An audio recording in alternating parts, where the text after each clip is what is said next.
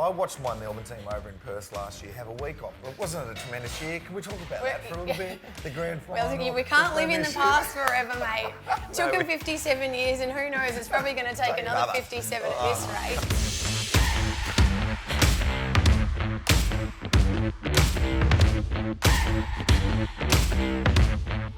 So, obviously, finals, it's getting pointy. We've got Sydney, we've got Collingwood, we've got Brisbane, we've got Geelong. We don't have Melbourne.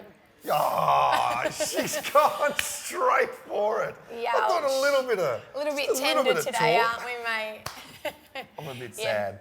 Look, with Melbourne out, I actually wasn't counting on them making the floor anyway, so I'm not surprised.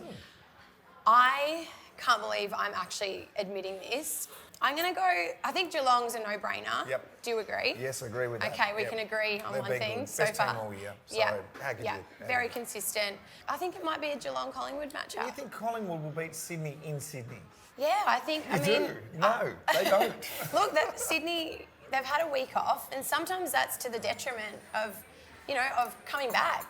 Weeks off aren't necessarily always key, and traditionally, yes, we know Collingwood obviously lost that matchup against Sydney a couple rounds ago, but they had a few key outs that game, a few flus getting around. Degoe was out.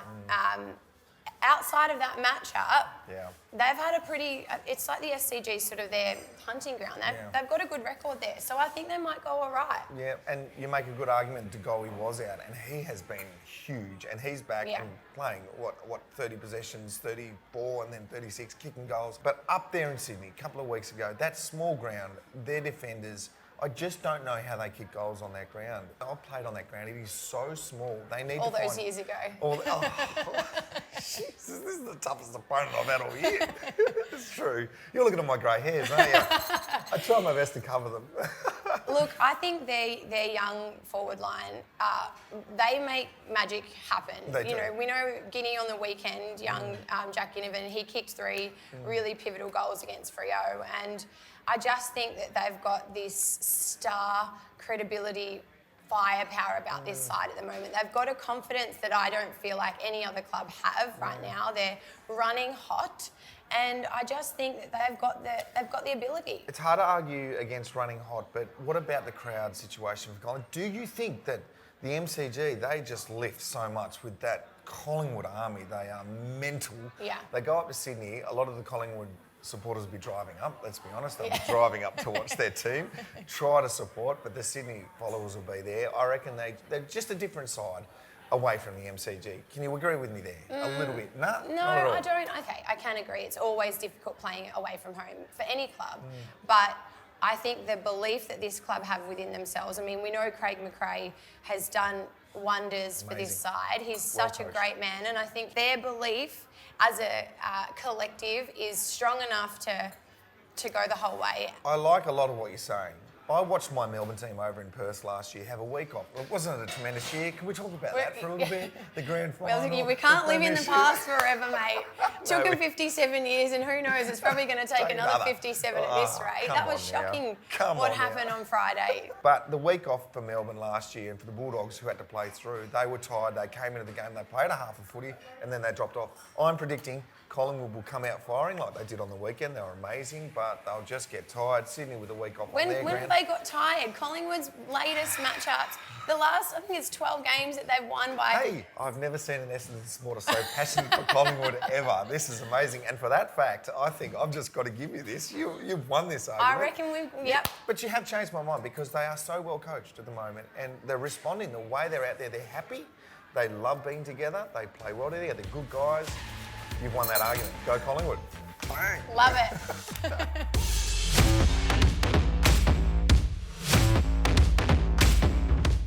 It was a disappointing weekend for me. I cried a lot. But that said, the Fremantle supporters will be crying a bit too. My question to you is, who's got the brightest future? I feel like I know which way you're going to go with this one, given what we've just been talking about before. Fremantle and Melbourne, they'll be bitterly disappointed, but what's the future like for both clubs? Look, this one is a tough one for me because I do have a really soft spot for Melbourne, but I think Freo... Freo? Well, we've just won a premiership. How could you... The talent's on this list. It blows my mind. How could you pick Freo? Well, for one, Captain Gorney, he's busy running his cafe to, he's too busy running his cafe. He's too worried about his beard. Yeah. There's whispers that, Cozzy, he's talked about potentially wanting to relocate back home, which, if he was to leave... It'd be devastating. Devastating, because he is, he's one of my favourite players in the league. Yep. Luke Jackson, he's a big out, and he's going to Freo. And speaking of young players, Fremantle are a team of young talent and really good talent. Look, I've got to agree with a couple of things you said there. Cozzy Pickett, he's been probably the shining light of this year. Our forward line has been the problem. I think we all know that. Tom McDonald plays for Melbourne. The first 10 games, we win all 10. He gets injured, then we lose, I think, 8 out of the next 10. So there's something going on in the forward line that they've got to fix up. It would be absolutely awful for us Melbourne supporters to lose Cozzy, but I don't think we do. He's won a premiership with us. He wants to stick around. I think he likes Melbourne. I think you like Melbourne too. I sympathise. I really do. I feel for Melbourne as well. And I got a couple of mates that play in that side, and I hope nothing but the best for them. But I just think that, we've seen it happen with the Western Bulldogs. Yes. They went to the top, and then the drop off happens. And I just think their list is flourishing. Well, what's the best part of both teams' list? Okay, so for me, it's Melbourne's midfield and back line. That back line is the best back line in the league. You've got Lever and Maisie. What a champion player. Never gets beaten. Smashed Buddy the other night, didn't he? He was just kept him to nothing. Almost retired him. Fremantle, they've got a good midfield too. They do. But they're not as good as Melbourne's midfield. Sarong, Brayshaw, Oliver, Jackson and Gawn. Sun Walters, we love Sun. God, I can't beat this. She's so good. She's so good. No, for Fremantle, they're good over there, but they just don't have that culture of getting all the way and finishing it off. I feel like Melbourne. Melbourne it took them 57 years and they've done it once. You're only as good as your last premiership, and we won the last one, so we're still great. Mate, you took a couple of hangers in your time, but I reckon you've fallen on your head a few. Yes, I did. What was your name again?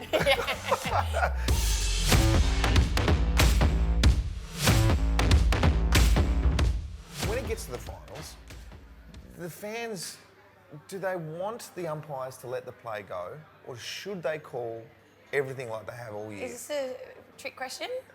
No, no. Of course, the fans want want it to be let go. Yeah, okay. It's too much whistle is bloody annoying. No, fraught with danger. You can't do it. You've got to call it as it is. I can't believe you're arguing this with me. Just thinking, this is the best final series we've It's been good. It's been good. That I can remember at least in a long time. It's been a good season. It's been a great season, but particularly this final series, I'm not a fan of umpires letting things go. They've got to do their job. And their role is to control the game and control play. Absolutely. And they've done a great job all year controlling the game, blowing the whistle. Too much.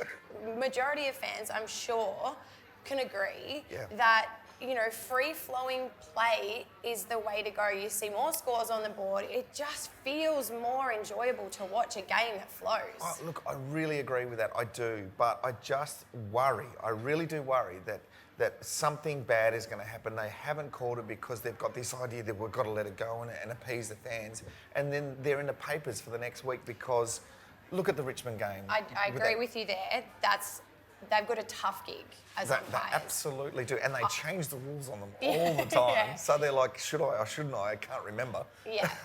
But just to keep it simple in their brains, maybe, is we've called this all year, let's just call it now, and it's safer. These games are really important. They are important, but, how boring. You win with that argument just with that one. How boring.